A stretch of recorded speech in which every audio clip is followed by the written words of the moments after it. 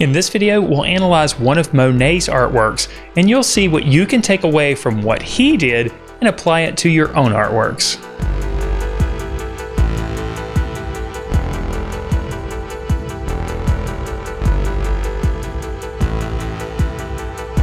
Hello there everyone, Matt here with thevirtualinstructor.com, and in this video we're going to critique and analyze one of Claude Monet's paintings, and we're going to discover what's so great about this painting, and hopefully you can take what you learned from this video and apply it to your own drawings and paintings. But before we get into this critique, I'd like to remind you, if you're new to the channel or if you haven't done so yet, make sure you subscribe to the channel, click on the notification bell so you're notified when we upload new videos like this one. And if you want to take your drawing and painting skills to another level, we have a program to help you do just that. Our program includes a variety of drawing and painting courses on a variety of subject matter and media, weekly live lessons, which are all recorded and stored in our vault so you can go back and watch years past, weekly critiques as part of the Members Minute, and a year-long curriculum for visual arts teachers. Now, if you want to learn more about our program, I'll leave a link in the description below. Now, if you want to dabble a little bit and take a look at 3 of our course videos and ebooks for free, you can do that as well. Again, I'll leave a link in the description below for that as well. Now, let's move on to the critique.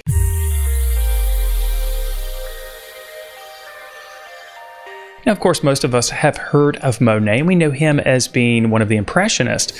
Now, a lot of people consider him to be the father of Impressionism, and some of this is due to the fact that one of the paintings in the first exhibit of the Impressionists was called Impression, and that name stuck, and ever since then we've called the Impressionist for that very reason. Now, this exhibit wasn't really well received. In fact, the critics kind of tore it up, but over time we have learned to appreciate Impressionism, and for many of you it may be your favorite style of art or your favorite art movement in art history. Now, the specific painting we're going to be looking at today is entitled Camille Monet, which is Monet's wife, on a garden bench. That's the entire title. And of course, this is an oil on canvas, and it was painted in 1873. The dimensions of the painting are 23 7/8 by 31 5/8 inches. That, of course, is 60.6 centimeters by 80.3 centimeters. Now, obviously, this painting is not one of the water lily paintings that most of us are familiar with Monet. So this is kind of a different type of painting, since Monet is really mostly known for landscapes. Now, this painting does have a little bit of a story associated with it, or at least it's speculated that there is a story behind it.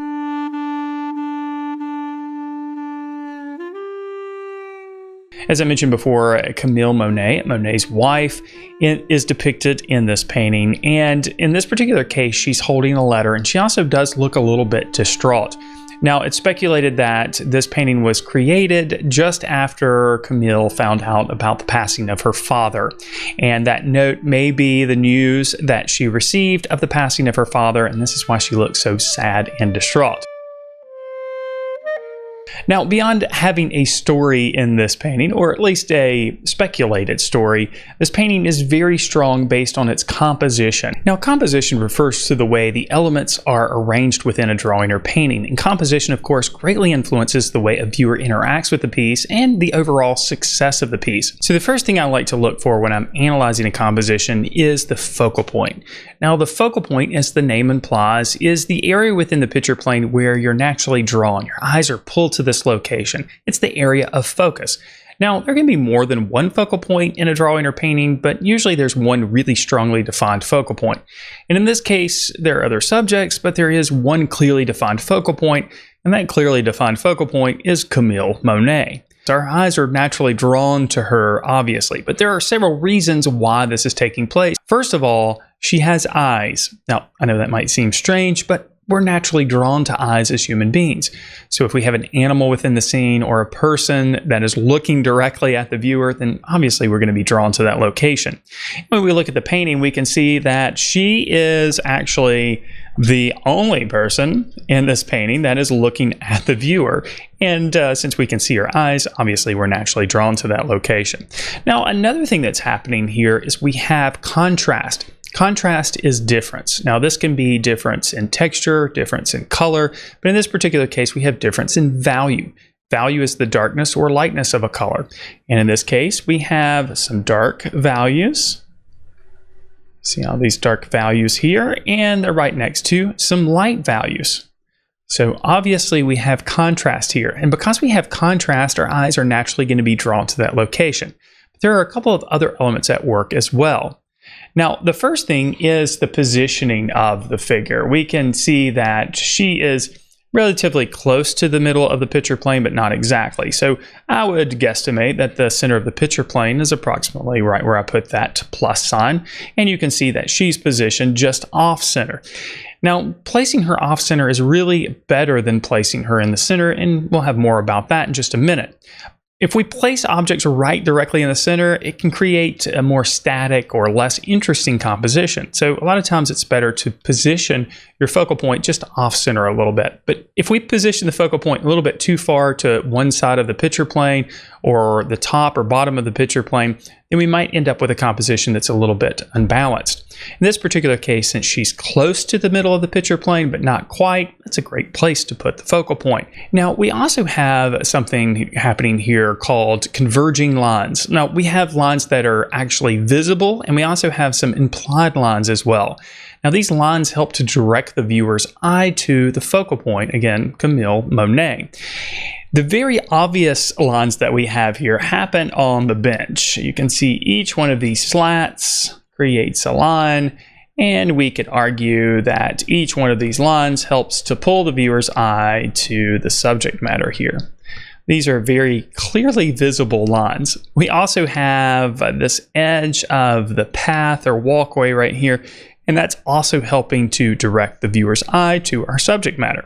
Now, beyond that, we also have what's called implied lines, or lines that we might understand as being there, but they're not necessarily visible in the painting. And this might be a little bit of a stretch here, but we see the gentleman in the upper right-hand corner, and we see that he's looking at the subject. So, of course, we as human beings want to understand what he's looking at, so our eyes are also drawn to the subject here, of course. Now, let's talk about where she's positioned in the picture plane, because that also helps the composition to be successful. Now, there is a device in art that we can use, a compositional device, and I just use the word device to really mean method, and this method is called the rule of thirds. Now, the rule of thirds is based off of the golden mean or golden proportion, which is pretty complex. If we divide the canvas or drawing paper into thirds, we'll find these intersecting points and also these lines, and these lines and intersecting points are great places to put focal points. So let's try that out here. So I'm just going to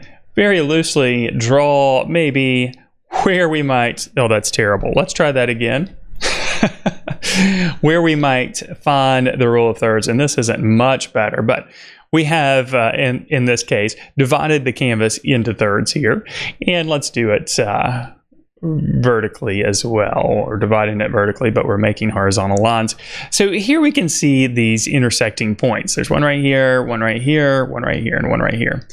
Theoretically, these are great places to put focal points. Now, she doesn't line up exactly with this particular intersecting point, but her face and her eyes are very close to it. So it's almost following the rule of thirds, and you can see the rest of her body does kind of come very close to being on that line over there. So it's something to think about anyway, and something to observe in this painting, and definitely something that you can use in your own drawings and paintings, of course, create a more aesthetically successful composition. Now, another thing to consider about this composition is the number of subjects within this piece. Now, of course, we could argue that there's a bush in here, there's a road or a pathway, there's a bench, but I'm talking more about the figures.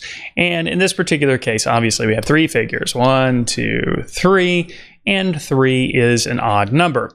Now, for whatever reason, odd numbers typically work better in compositions. Whenever we have an even number of subjects, then there can be some competition between one subject or the other as your mind tries to figure out which one is more important. But when we have 3 or 5 or 7, usually one stands out amongst the others. We can also see that there's a difference in size as well. Of course, this woman is further off in the background, so she's going to be smaller, but compared to the other two figures, she's definitely less important. And we see the entire figure of Camille Monet, so we know she's definitely the most important figure within the scene. Now, before we go into the use of color, I want to talk a little bit about the use of value. Value is the darkness or lightness of a color, and it's incredibly important in your success or failure when you're creating a drawing or painting. Value tells us about the light within the scene. It tells us about the form of the subjects, and it also can tell us about the texture within the scene. So value influences other elements. What's interesting here is two subjects are in shadow and one subject is in intense light. And what happens as a result of this is we have somewhat of this division that happens on the canvas, where we have kind of an area of darker values over here and an area of lighter values over here. And this particular balance between light and dark makes the painting feel a little bit more interesting, allows you to go back and forth between the dark side of the painting and the light side of the painting, creating additional contrast and interest. Now in this painting, there are some areas where Monet has put complementary colors next to each other to create additional contrast and interest. Complementary colors are colors that are directly across from each other on the color wheel, and they provide high contrast. If we look at this wall back here, this hedge, we'll call it, if we look closely, we can see we've got some oranges and some blues, and those oranges and blues are right next to each other. Now, you could argue that those blues are somewhat of a blue-green, but the relationship between the oranges and the blues provides additional contrast, and of course, it makes this area of the painting a little bit more interesting. As we work down a little bit, we have this red-orange, and we have these blue-greens happening here too. Now, as we work down to the foreground, we have less of that happening, but we do have a little bit of it happening here. We can see here on the man's hand, the highlight, of course, is a very light blue, while the rest of his hand is a darker orange. And of course, orange and blue are complementary colors as well. Now, obviously, a big part of Impressionism is capturing the light within the scene. And in order to capture the light within the scene, you have to paint quickly and loosely. And a lot of times that means not cleaning your brush in between applications and allowing some very, very loose strokes to do a lot of the heavy lifting in the painting. And this is very evident up here in the upper right-hand corner of this painting, especially when we compare the amount of detail and control exhibited with the brushwork on the man here compared with what's happening in the background. We really just need those colors and values and shapes of colors and values to frame the man here so he stands out a little bit more. And this really is a good example of how we don't have to define everything. We don't have to spell everything out for the viewer in order to have a successful painting.